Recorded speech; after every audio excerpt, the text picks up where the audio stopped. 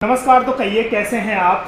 मेरा नाम है राघव रघुवंशी। एपीजे अब्दुल कलाम साहब ने कभी दो पंक्तियां कही थी कि अगर आप सूरज की तरह चमकना चाहते हो तो सूरज की तरह पहले जलना सीखो। और इन दो पंक्तियों में दो शब्द हैं, एक सूरज और एक चमकना। इन दो पंक्तियों का पर्यायवाची कोई है तो वो अलका अमीन है। अलका अमीन एक ऐसी अदाकारा, एक ऐसी खूबसूरत अदाकारा जो बड़ी खूबसूरती के साथ जानती हैं कि किरदार को कैसे पर्दे पे उतारा जाए।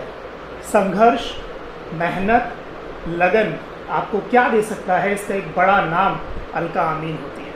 पहले थिएटर पे मेहनत करी, फिर छोटे पर्दे में मेहनत करी, और अभी मैं कहूँगा कि बड़े पर्दे पे बीते 5-6 सालों में जितनी मूवीज़ आई हैं जो सुपरहिट हुई हैं, उनमें जो एक अहम किरदार रहा वो अलका अमीन का रहा हो। चाहे दम लगा के हैशा आप उठा लीजिए, शादी में ज़रूर आना, बधाई हो, केदारनाथ, और वेब सीरीज़ का अगर मैं नाम लूँ जिसमें मिर्ज़ापुर और चचा विधायक हैं हमारे। तो मेहनत, संघर्ष और लगन आपको क्या दे सकता है। और फिर मैं कहता हूँ उसका एक नाम अलका अमीन होता है। और अपनी बात ख़त्म करते हुए मैं राहत इंदौरी साहब की दो पंक्तियाँ पढ़ूँगा। वो दो पंक्तियाँ मैंने इसलिए चूज़ करी हैं क्योंकि मुझे लगता है कि वो मैम के लिए लिखी गई थी कि शाखों से टूट जाए वो पत्ते नहीं हैं हम, आंधी से कोई कह दे कि ज़रा औकात में। Thank you so much. तो मैम कैसे थिएटर में आना हुआ, कैसे आपको मूवी इंडस्ट्री में आना हुआ, और कब आप अहम हिस्सा बन गए मूवी इंडस्ट्री का? राघव, बचपन से ही मेरे परिवार में ऐसा माहौल था थिएटर का। मेरे पिताजी आर्टिस्ट हैं, मेरी माताजी आर्टिस्ट हैं, मेरी सिस्टर ने शास्त्रीय संगीत सीखा है। तो पूरा परिवार जो था वो आर्ट की फील्ड में ही था पूरी तरह से।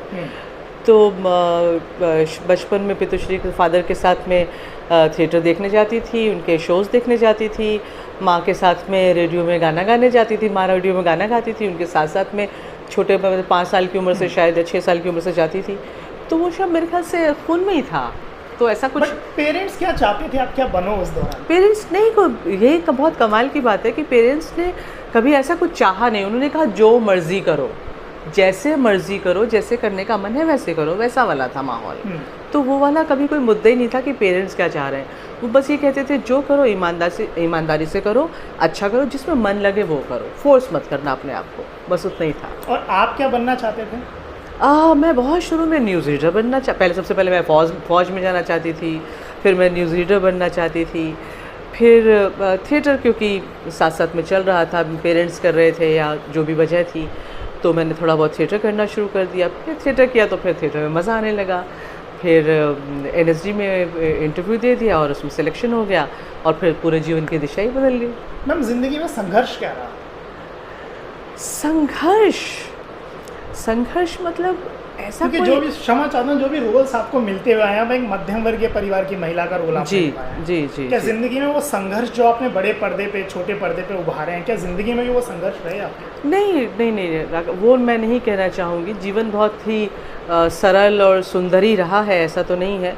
पर हाँ, स्टडी करने को आसपास जो लोग थे, जो जीवन में लोग आ रहे थे या जो जीवन में ऑलरेडी थे, या रिश्तेदार थे, या अपनी माँ थी, या अपने पिता थे, उन लोगों के संघर्ष की कहानियाँ सुनी थी, थोड़ा बहुत देखा था उनको, और उसकी एक समझ बचपन से समझ में आता था कि अच्छा सब कुछ इतना आसान नहीं है। शायद मेरे लिए थोड़ा आसान है, पर ये इतना आसान होता नहीं है।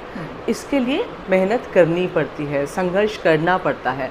तो मेरे ख्याल से वो मानसिक संघर्ष एक था चीज़ों को समझने का, बस वही था मेरे ख्याल से। उस दौरान मुतासिर किससे थी आप? किससे इंस्पायर हुआ करती थी कि मुझे इनकी तरह बनना है, टीवी में आना है, जब आप थिएटर पसंद करने लगे? मैं तो टीवी में आना ही नहीं चाहती थी राघव। अच्छा। मैं तो पूरी तरह से सिर्फ़ और सिर्फ थिएटर करना चाहती थी। इनफैक्ट जब मुझे पहला काम फिल्म ऑफ़र हुई थी, श्री लेख टंडन जी ने मुझे एक पहली फ़िल्म ऑफ़र की थी। उस समय मैं NSD फर्स्ट ईयर में थी, और उन्होंने मुझे कहा था कि एज़ अ हीरोइन तुमको मैं ये फ़िल्म ऑफ़र मैं चाहता हूँ तुम ये करो। और मैंने उनसे कह दिया था कि नहीं, मुझे तो थिएटर करना है। और उस समय मेरे एक टीचर हैं राम गोपाल बजाज साहब, उन्होंने मुझे बहुत डांट लगाई थी कि तुम्हें मालूम है तुमने किसको मना किया है, ये लेख टंडन है, ये फलां है, ये वो हैं। और मैंने तब भी उनसे कहा था कि सर मुझे शौक़ ही नहीं है टीवी करने का या उस तरह, मुझे थिएटर में बहुत मज़ा आ रहा है, मैं थिएटर ही करना चाहती हूँ, और वही मैं करना चाहती थी बस। मैंने देखा जितनी भी मूवीज़ आपने की हैं, चाहे छोटे पर्दे पे काम किया है, वो एक बोली मैम एक किरदार को आप जिंदा कर देती हैं, वो कैसे कर पाते हैं मैम? दम लगा के हैशा मूवी में कल ही देख रहा था, उसमें जो आपकी लैंग्वेज है कैसे जी। कर पाती हैं मैम? जी, बस ये कुदरतन कुछ एक बात है कि भाषाओं का मुझे बड़ा शौक़ है। तो मेरी माँ जो है वो मथुरा से हैं और बचपन में बच्चों को खिलाते-खिलाते माएँ अपनी भाषा, लोकल भाषाएँ बोलती हैं, जब वो पब्लिकली बात नहीं कर रही होती अपने बच्चों से। तो मेरी माँ ब्रिज भाषा बोला करती थी और मेरी माँ रेडियो में ब्रिज के गाने गाया करती थी। तो बेसिकली दम लगा के हैशा मेरी तरफ से मेरी माँ को मेरा डेडिकेशन है, वो डेडिकेट की है मैंने फ़िल्म अपनी माँ को अपनी तरफ से।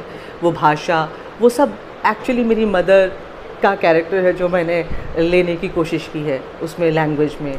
और अगर आप दूसरी भाषाओं की बात करें तो मुझे भाषाओं का शौक़ है और मैं भाषाओं को जल्दी अपना पाती हूँ, ये है बस।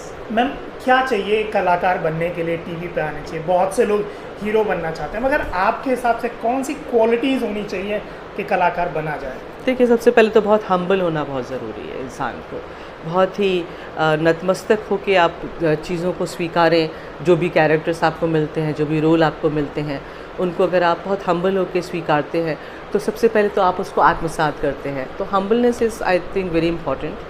एंड अदर थिंग अगर हम उसकी बात करें तो जब भी आपको कोई किरदार जैसे मुझे जब भी कोई किरदार मिलता है तो मैं उसको बहुत बार पढ़ती हूँ, उसके बारे में सोचती हूँ, बहुत कुछ सोचती हूँ उसके बारे में। और फिर एक ऐसी अवस्था आ जाती है मेरे साथ में कि मैं सोते सोते नींद में उस किरदार की भाषा बोल रही होती हूँ, या तो उसकी लाइंस बोलती हूँ या तो डायलॉग्स, तो मैं उस इंतहा तक चली जाती हूँ उसके बारे में प्रिपेयर करते हुए। तो मुझे लगता है वो आत्मसात करने के लिए वो एक जो प्रोसेस है पूरा एज एन एक्टर आपका, वो बहुत इम्पॉर्टेंट है, वो बहुत वर्क करता है। आपके लिए कौन सा रोल मैम सबसे बेहतरीन लगा जो आपको अभी तक याद है? सबसे फेवरेट रोल आपका रहा हो? देखो, ऑफ कोर्स दम लगा के हैशा एक बहुत ही इम्पॉर्टेंट रोल रहा है जीवन का और बहुत ख़ास वजहों से। लेकिन मुझे मालूम नहीं आपने